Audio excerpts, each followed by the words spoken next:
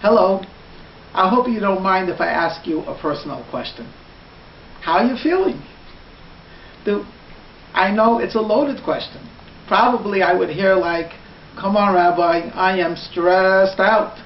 I am overworked, overwhelmed, underappreciated. I leave the home in the morning, I come back exhausted. And you ask me how I'm feeling? Well, it's a loaded question. I was figuring you would answer that because I would like to do something revolutionary. Give you a cure. It is inexpensive, easy to swallow. Though you should do it consistently. If you miss a day, it's okay. And no side effects. And most of all, 100% guaranteed. You say, Rabbi, you a quack doctor? What are you referring to? I have the cure, and I'm going to share it with you in today's Torah portion. Exodus 35, verses 1 through 3. God says to Moses, gather the Jewish people, talk to them about the importance of working during the week and resting on the Shabbat. Now, examine the text. Sheishes yomim te'oseh melacha. 6 days I permit you to work. Now stop. God permits us to work? Shouldn't it be like 6 days you should work or you shall labor?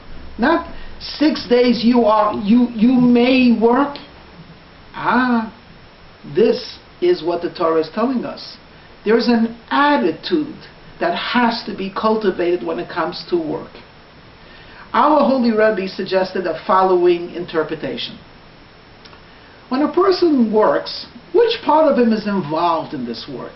Well, you say it's obvious. His whole person, his whole being, starting from his head going all the way down to his toes. But it's a deeper question. Which part of you is really involved in the work? Here, let me explain. Here you drive 40 minutes. You spend 8 hours at your house of work. You look at the clock, you're glancing, and you say, oh, thank God the day is over. Now stop, think. The day is over? The day is beginning.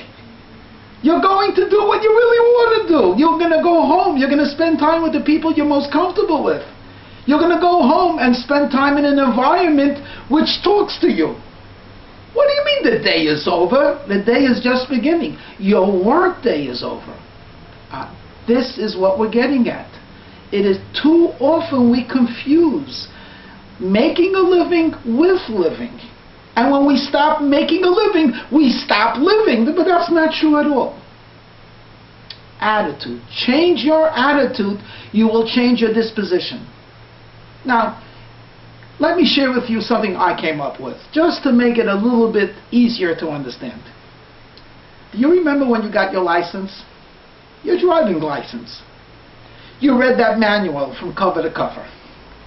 You were nervous, you were apprehensive. You had to beg and cajole people to drive with you. You took driving lessons. You finally came to the DMV. Your heart was thumping. You took the test. And euphoria. You passed. You come home, you're floating. Ma, I'm a licensed driver. And she says, terrific. We're going to celebrate. Tomorrow you're driving Junior to school. And you're thinking to yourself, that's not the way you would have celebrated, but that's a good beginning. 8:30 in the morning, you take Junior down, who's a little bit nervous after all. It's a first-time drive. And you strap him in the seatbelt. You go to your side, you put on your seatbelt, you put the key in the ignition, and suddenly you feel you're not holding the steering wheel. You're gripping it. And then everything they told you, you begin to remind yourself. Look at the mirrors. You almost get whiplash. One mirror, second mirror. Glance over the shoulder. Oh my gosh, this is frightening. You slowly inch out of the driveway. You make the turn. And you start concentrating on that driving. And here you are, concentrating on the driving. And Junior begins asking you questions. He's starting a conversation and you're concentrating on the driving. You say, can't you see I'm driving? You're trying to kill me? Now, fast forward 6 years from now. Here you are, you're driving. You're carrying on 3 conversations. You're listening to the radio. You might be talking on your Bluetooth. And guess what? And you're still a good driver. You're looking ahead. You're anticipating problems. You're doing defensive. Everything is... What changed? I'll tell you what changed. In the beginning stages, you were so concentrated on your driving that your heart, soul, effort, and mind was there. Now the part which is necessary for driving is involved. You're thinking about where you're going. Perhaps you might be reliving an experience of the past. You're aware of your surroundings. And the part of you that needs to concentrate on the road is concentrated. Yes, I'm not saying to text, but I am saying it's a lot easier. You're there, but not all of you is there. You're still able to work in 2 realms. You're driving the car, concentrating on defensive driving, and at the same time, you might be thinking about your activities for the day. That, my friend, is what we should aim for working. Yes, we do work, but where's our heart? Where's our soul? Where's our energy? Where's our mindset?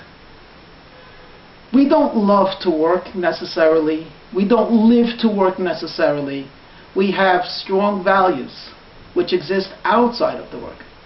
But God permits us to work because God loves us and wants us to feel not that we're receiving charity, but that we're becoming His partner.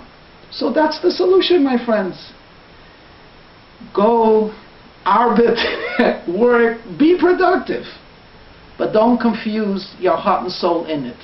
Realize your heart and soul is elsewhere. And I believe with this attitudinal change, we won't need pills to avoid stress.